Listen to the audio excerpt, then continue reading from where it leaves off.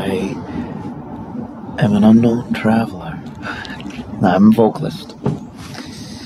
Nice, man. Give us like a quick how or when, why the band formed, just to go back a bit. Okay, well, we formed in '89. So, I mean, you can block it on the jeans, you don't have to hold it, man. Okay, it's going to pick that. It's fine, yeah, I'll pick it up. Okay. We formed in '89, and, we're cousins, Keith and I, so we grew up together. And we wound up putting out our first record in 1993, called River Runs Red. We put out a second record in 1995 with the same lineup called Ugly. Then we put out a third record in 1997 with a different drummer called Soul Searching Sun. And that was the beginning of the end of that chapter of our career. We took a break for like 7 years. And just recently, in 2003, we got asked to do a surprise show in New York City, which kind of felt that the show never happened. So we decided, we got excited to play again together, the original lineup with the original drummer from the first two records, Sal. So we wound up getting really excited to do it again. So we said, we all doing different things, different projects, because we moved on. And we put the first show up for sale. It was January 3rd. It was Friday night, I believe, and it sold out in like 16 minutes. It did. And it was like almost 2,000 people. So we put the second show on sale, and it sold out in about 20 minutes. And that was the same room. 2,000 people, 2 nights in the same place, Irving Plaza, New York City. So we knew that the love for the band never left, that everyone was dying to see the band. People flying in from all over the place, from Europe, from across the States, from Canada. People were just flying in from everywhere just to see Agony again, see the life of Agony again. And the shows were fucking great. It was like magic that, we filmed it and recorded it for a DVD and a CD, and it was released through SPV Records, and that was nice, was so magical that we had to be back together again. And we took it slow. We booked a tour in Europe, had a sold-out tour with no support, no real label support. We just came out here and did it. And this was with old material or all new material? Old material, and we started writing on that tour. We wrote the first song. Did a couple of new songs. Yeah, Calm, right? Also, Yep. Love to Let You Down was the first song we wrote together since we've been back.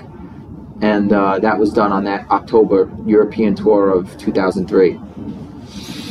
And then since then, we just kept rolling on and we did another tour in America and then another tour here in Europe, in which we kept writing, kept wondering if we were going to do a record again together and stuff like that. And then the story goes, Keith and I went to a Velvet Revolver concert. Keith got some tickets for us in New York City, and we bumped into a friend of ours, Mark Newman from Epic Records, that used to play in a band called Sheer Terror. And he asked us for a demo that was floating around. So we wound up getting him a demo the next day, and the band shortly after that got signed to Epic Records. Back in the day we were on Roadrunner Records, by the way. I didn't say that, but okay. Earlier in the early years of Life of Agony, we were signed to Roadrunner in '92 to '98. Okay. That was a Roadrunner deal. And then when we got back with this new album, Broken Valley, it's the title of the record, comes out May 30th here in Europe. It's signed to Epic. Okay, I mean that's 15 years then ish, isn't it? If not more. Yeah. Since you started, what's changed in that time?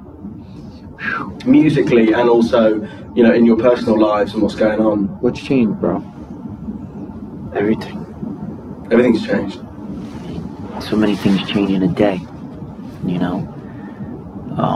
As far as musically, I think we're a much more confident, enthusiastic unit. I think we really,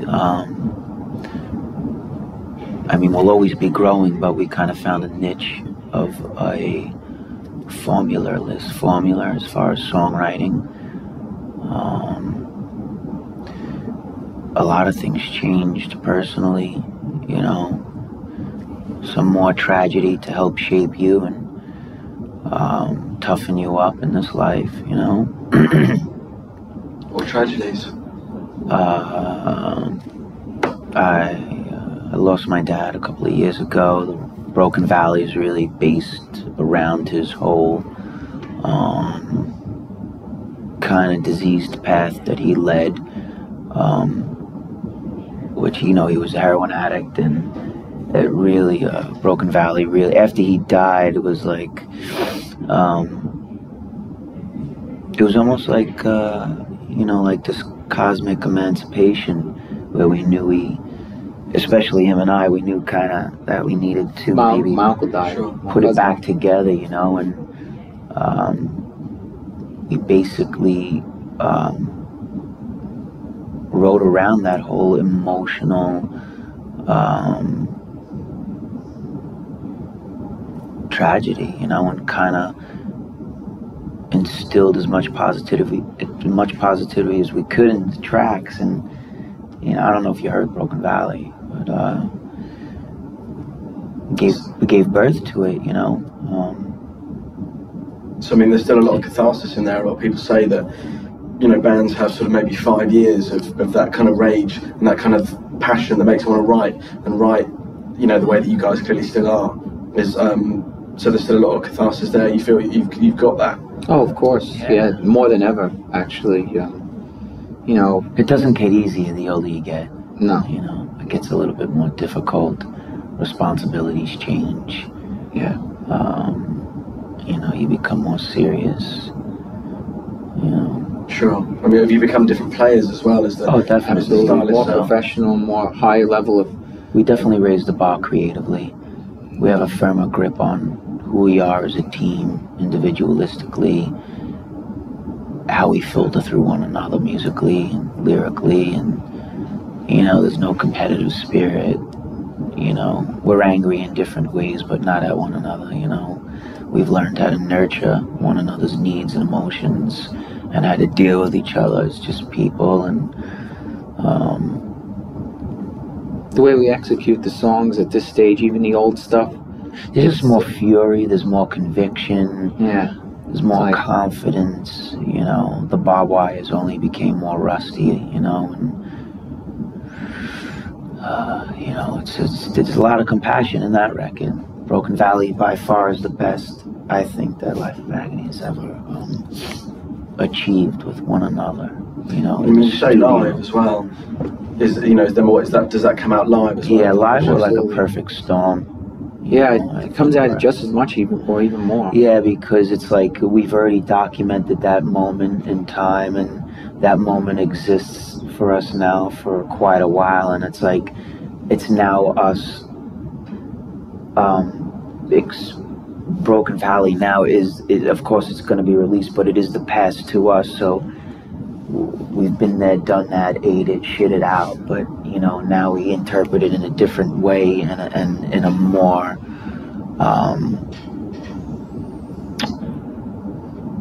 stronger way, you know, with more belief and more guts, you know, because it exists, and once it exists, you can take it further, you can improvise, you can, you know. Sure. So I mean, if that's, you know, if you're saying that's now the past, that's something you've done, the record, what's the now? What are you up to now, and how's? I mean, Broken Valley is definitely the now, but you know, it's about really past traumas. You know, I mean, my dad died 3 years ago. You know, the song "The Day He Died" and "Junk Sick" there. You know, it's like well over 5-6 months already. Just yesterday, I mean, an hour ago is the past to us, you know. We love living in the moment. Yeah, the moment is the most precious gift one could acknowledge, and we're very aware of that. And that's the way we live our lives. That's the way we play our music. That's the way we offer our vulnerability to crowds, you know. I mean, there'll be a lot of people who won't know Life of Agony, you know, your sabbatical that you did. So, I mean, you'll obviously have the fans from before that, but, I mean, do you think you're getting new fans as well who are discovering Absolutely. you? I think the album has definitely a broad sound. I think it's not limited at all. It's very timeless in a very authentic rock and roll way. Good way to put it. Yeah. So I said about the highs and the lows, you know, you've got those pounding rock and roll tunes, but you know, you've also got kind of lighter notes in There's there. a compassionate sensuality in the vocal, you know. Thank you. And was that at all a conscious thing? Was it just something that kind of happened when you were writing? We write totally free and clear. We don't have any pre-planned routine or preconceived notions on how something should sound. We live in the moment, like Keith said. We write in the moment. If it's not working, we move on. It's that simple. And we all know if somebody doesn't like something in the band, usually you'll know. You will know. You'll feel it, or you'll know. And we just move on. We fuck it off, and we move forward. And that's a great way to be, because you don't get stuck. You don't get stuck on the same idea for a whole day or 2 days, and then it just wasted your time. It's silly to be attached. Yeah, just detach yourself. If something's rocking and good, you're gonna feel it, and that's how we wrote this record. Basically, if a vocal is working and it's killing it, then great, keep it. You know, don't change it. Fucking leave it. You know what I mean? It's like that's how we are. And what the great thing is, we worked with first of all, we went to Woodstock, New York, to kind of seclude ourselves and submerge ourselves in each other's ideas, kind of like become sponges to one another and absorb what we had to offer each other. We ate, we cooked, we were in the middle of the woods, so Woodstock, New York is nothing up there. So we're in a big house in the woods. We played every day from, like Keith would say, you know, like Keith said, 11:30 in the morning to like 8 at night, 9 at night, get complaints from the neighbors that are 50 to 100 yards away. They still hear it because it's rock music in the middle of the woods. But, you know, but we did that, and that really, and then Greg Fiddleman came into the picture, our producer, who we met with a bunch of producers, but he stuck out as being the guy. We all knew it right away. I mean, he just had that nice, comfortable feel to him. He just seemed instantly like he could be one of us. Who's he worked with before? He works with Rick Rubin. He works on a lot of projects with Rick Rubin. He did the Slipknot. Greg did the Slipknot and mixed it with Rick Rubin. He did the Jet record. He's worked with Red Hot Chili Peppers, Audio Slave. It's actually a UK band that never got released. Band, I don't know if you know Seraphim. Oh yeah, Seraphim. He did Seraphim. Greg did that. Oh, okay. It's great, So, great record. Yeah. So Greg was the man. He came to Woodstock to do some pre-pro with us. And once we were done with that, once we were done with the pre-pro, we went straight out to California and started recording at Sunset Sound, which is a very popular studio back in the 70s where Doors did shit, Led Zeppelin. Prince did Purple Rain there, Tom Petty. Led Zeppelin did shit there, everyone. Very organic. We wanted a very organic sounding record, like very 70s, you know, late 60s, early 70s type of thing. Do you think that's, because a lot of people are trying to do that now, not sound like we supposed to be in the 70s, but like, you know, the organic be natural, sound. right? Yeah, exactly. A lot of people are trying to get away from that super, super clean sound. Well, that's a Pro Tool. We recorded to Pro Tools, but at the same time, you still keep a bit of heart and soul. It's the gear you use, right. and it's what you record on. The Neve board we recorded on really gives you that, you know, organic thing. The gear we used, the guitars we used, the drums we used, the mics that we used, everything, the cabinets, everything was old vintage shit. So, but yet we're playing new Life of Agony music. So that combination gave the record a certain sound and a certain tone and a certain personality. Yeah, we definitely accomplished the warm sound that we wanted.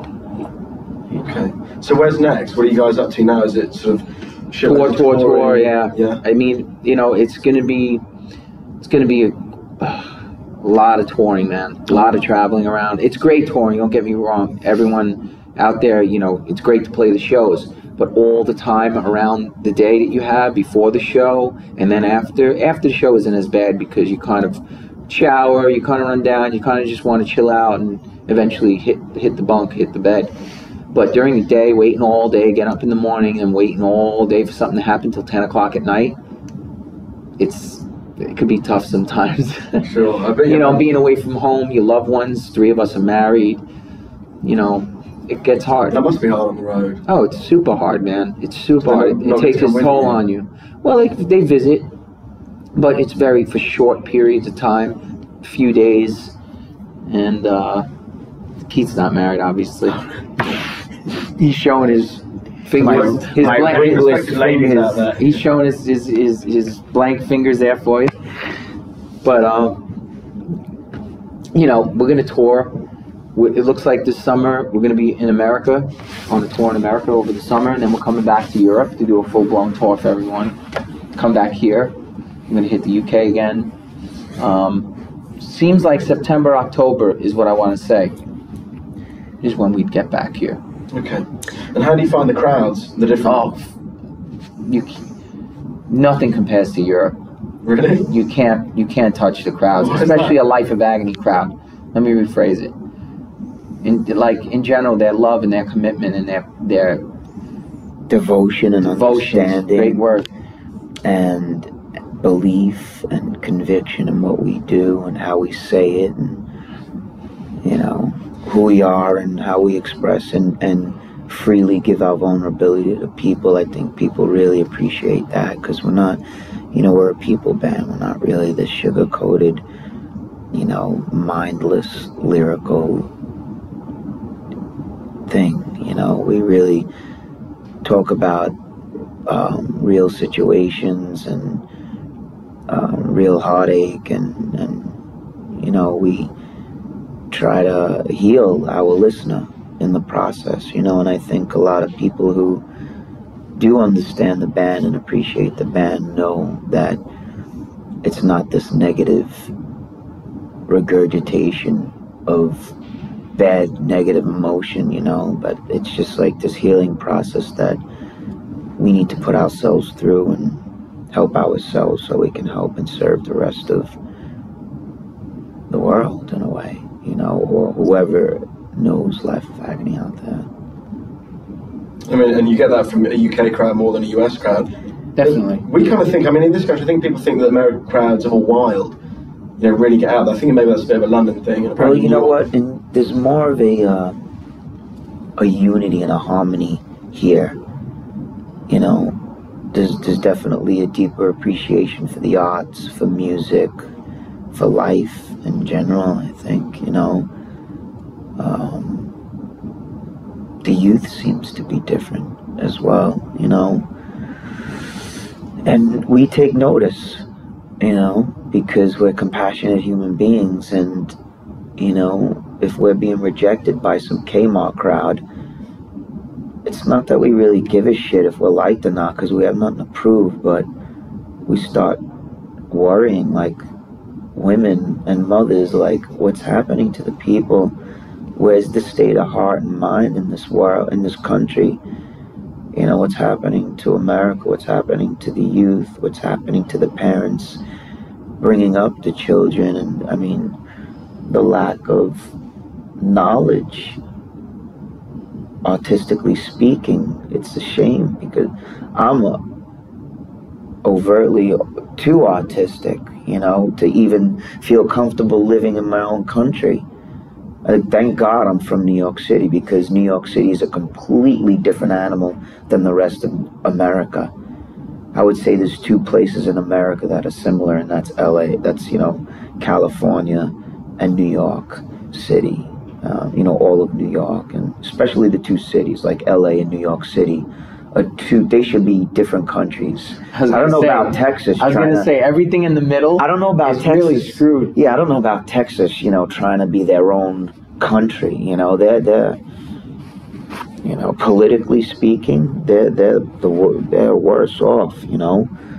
But that's just my political opinion, and I'm not really too big on politics, but I'm an environmentalist, you know, and we love wildlife, and hopefully we get to do really spectacular things for the planet, and there's not too much attention paid to any of that stuff. And I mean, kids don't even know that trees are alive, you know. That's you know, we just did this whole Mudvayne tour, and, you know, I feel victorious because as a band we stuck through it. We didn't quit. The second night of the tour was like a near riot for us. We were almost clobbered by 1,500 kids. We were such oddballs on that tour. It was really scary, and we were going to leave, but we decided not to. And we decided as a band to fight through it and take the challenge. not riot like literally, but just the hatred and the rejection and lit cigarettes and $8 worth of change and lighters hit me in the face and good thing there was no bottle policy on the tour. Think of Mudvayne and think of Life of Agony. Totally wrong tour for us. Totally wrong tour for us. It's inhumane. It's not human. If you don't like a band, you go to a show. We're people. We're not a fucking target. We're not some people with no emotions that won't react from that kind of shit or won't get pissed or we're real people. So if you fuck with us, you might have to pay the price. So. Did it happen? I mean, did the tour get better? Did you get? No, we were getting shit though. It was a roller coaster. It had this. We had some nights where we thought we would be destroyed. Because every night we went up there thinking we're gonna get fucking fucked with. Yeah, so, but we fought through it. How did Mudvayne react to that? Well, they backstage they would try to give us confidence, and we had confidence. That wasn't the problem. The fans just didn't like it. We had a very punk attitude. We didn't really give a shit, to be honest. We were up there fucking people off back. We were like, fuck you, Stan. It really fueled us. Kids that were like, fuck you, you suck, you're a fag.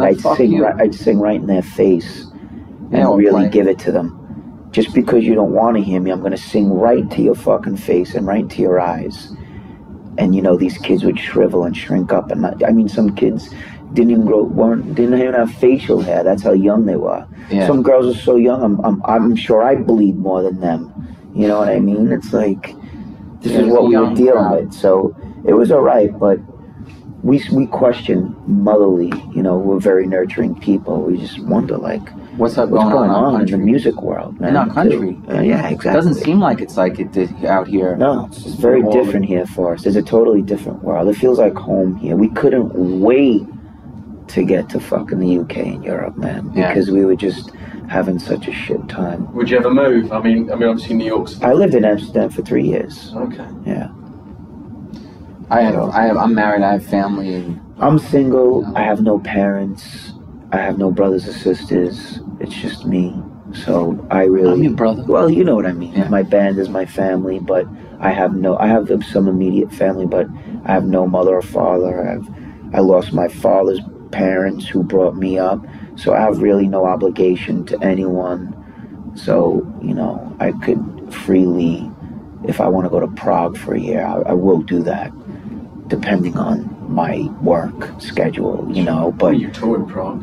Well, but you know what I mean. If I want to enjoy the romance of Prague for 6 months, I can do that without worrying about taking care. I've paid my dues with my dad's parents and taken care of all of that, and everyone's dead on me, so it's just me, the music, and the people.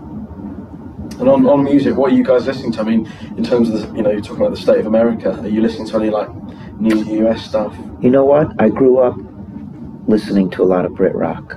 Zeppelin, Pink Floyd, Syd Barrett, Queen, Sinead O'Connor.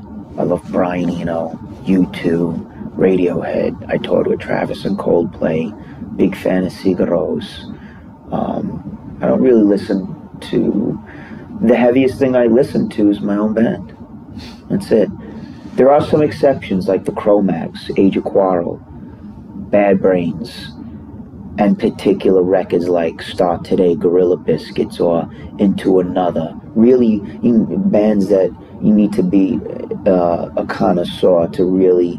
Like, I love Aphex Twin, Outteka, Square Pusher. I'm into all of these different arrays of, I don't listen to what's I'm supposed to listen to, or I don't even listen to the radio. I love Miles Davis, John Lennon, the Beatles, David Bowie. This is what we grew up on. Kiss, Kidding me, man? I still listen to Air Supply sometimes. Yeah, Genesis. Air Supply. That love songs and shit that they write. I'm in Sade. Sade, that's my wedding song. Sade song. Hendrix. By Your Side. We're kind of my dad. I have to thank my dad for bringing Rod Stewart, Blondie into my life. I'm a big fan of Sid. I got my Sid Loves Nancy on my leg and shit. It's unfinished, but You know, I love the That's whole completely when you come back. Iggy Pop. I love Iggy, you know, and the Stooges. Big fan of that whole era. There's a whole mystique there that I carry with me in my soul, you know. Robert Plant just bought his new record. It's fucking killer, you know. How do you think he stuck with it? Like, so many people fall like flies. You know what I mean? Especially at that stage in the game when he was in such an important and brilliant And band. he still is. Yeah, He exactly. still is. How do you think he's managed to do that, though? You know what? He's so secure within himself and his creative and obviously his financial status and what he's accomplished that it doesn't matter to him anymore, I don't think. I mean, the guy is like a living, breathing wings. He's like wings, you know. I think a plant, I see these invisible wings spreading on me. And he's a very big influence. I mean, I grew up in front of my speakers listening to Plant, watching Song Remains the Same over and over again. Not wanting to be like Robert Plant, but looking at him and experiencing his gentleness, how he transcended his femininity into this universal, Colossal. just maddening. I mean, there is no word to explain what Robert Plant has done vocally for rock and roll and Zeppelin and all the bands that I've mentioned. You know, it's wonderful. I'm so happy that I grew up in the time that I did with all of those great bands. I'm so grateful that my dad turned me on to all of those, you know, great rockers, man. You know, the originals, man, the Godfathers that'll never really exist. I mean, there are contemporaries that we love, like Stone Temple Pilots. To us, is like the Zeppelin of today, one of the greatest rock and roll bands there are today that don't exist but are so underrated. I mean, do you think I can't remember who I spoke to. It was Billy Corgan who was saying that those idols have just they aren't around anymore. But does that come with hindsight? Do you need 10 years behind you to be able to turn around and go? No, I don't particularly. I think Metallica has that. Will have that status. I don't. You know, we can't look at Metallica right now as like a Led Zeppelin, but they're slowly getting to that. For metal rock. A different market, but they conquered the Zeppelin of that metal genre. You know what I mean? Yeah. And rock, you know, hard rock, I guess, if you want to call it, not metal, hard rock. I know everyone gets so particular these days and what's what. But, you know, those guys definitely have reached a status, a level that you can look back on. They will be those icons that kids will, you know. They already are. Yeah, they already are, but, you know, that, you know, looking back on them like we look back on, you know, people look back on, Jeff Buckley.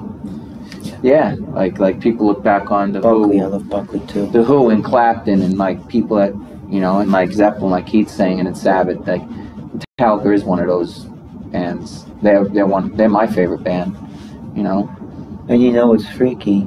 There's kids out there that think the same about us too, which is awesome. Yeah, I mean, you guys. That's it. So this is it. You know, there's no more sabbaticals, no more.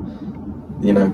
Keep breaking up. Is this it for now? I mean, yeah. With, you know, again, we just released. Well, we're releasing this week our new record, and we really hope that it's this record, you know, gets out there to the people. We really hope that it sells so we can continue.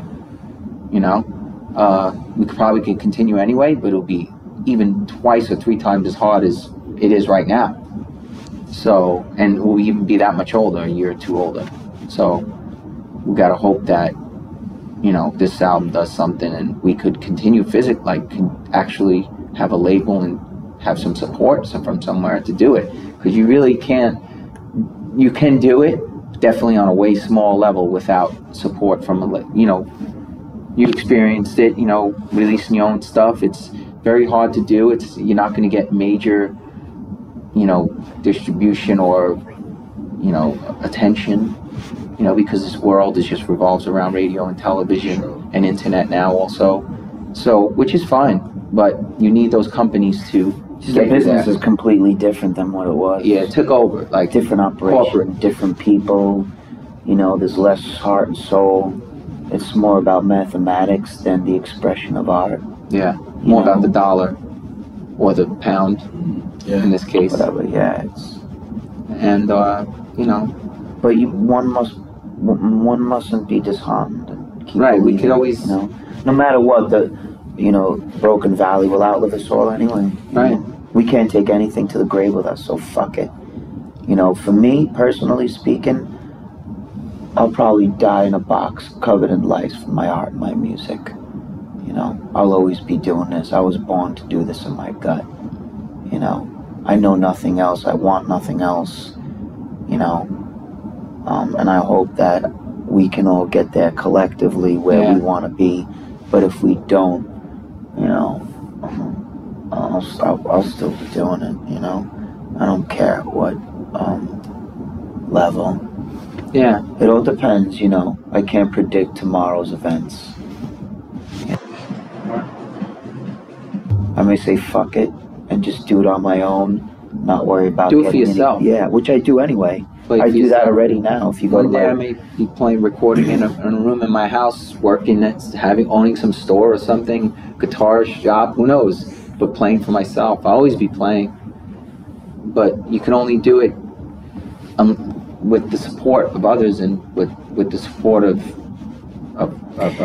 what he means is that, you know, it really costs a lot of money. It, you know, depending on the situation, it could cost over $10,000 a week just to be out there. For a band at this level, now just imagine a band like Metallica's level. It probably costs them over $300,000 a week just to do that. just to be on the road. Production, sound, crew, gas, drivers, flights, Plane, yeah. everything. The band is the last to get paid. You know, Kirk just told me, and I don't know if I shouldn't be saying this, but and you shouldn't. Don't. yeah, It's cool. Sorry. Listen, guys, I just had the dude at the door. Does that mean my time's... No, that was Sal. Sorry? That was our drummer. Oh, okay, cool. No worries. But it costs a lot of money to be out on the road to survive. It costs us over $12,000 a week. Actually, I could say, you wanna know why? Because he just told me that he did a tour recently, and it cost them so much money that even Metallica had a hard time going home with some money after the tour. So think about that. I guess it's the balance. They probably put on a fairly fucking whacking great big show, though. Yeah. After all the... Yeah. And I think that's something really like it. that says something really cool about those guys, that they're still out there, you know, fucking pounding away. And you know, I know they're successful and they're very successful, but you know, they're still out there doing it at that age and not making what the normal person think they'd be making or something. You know, it's, you know. It's fair play. Listen, guys, can I get a little ident? We do like a little ident, just, you know, hey, this is Life of Agony, you're watching Click Music. Clint. Click. Click. What's that up? cool? This is Keith Caputo And Joey Z. from Life of Agony, and you're watching Click Music.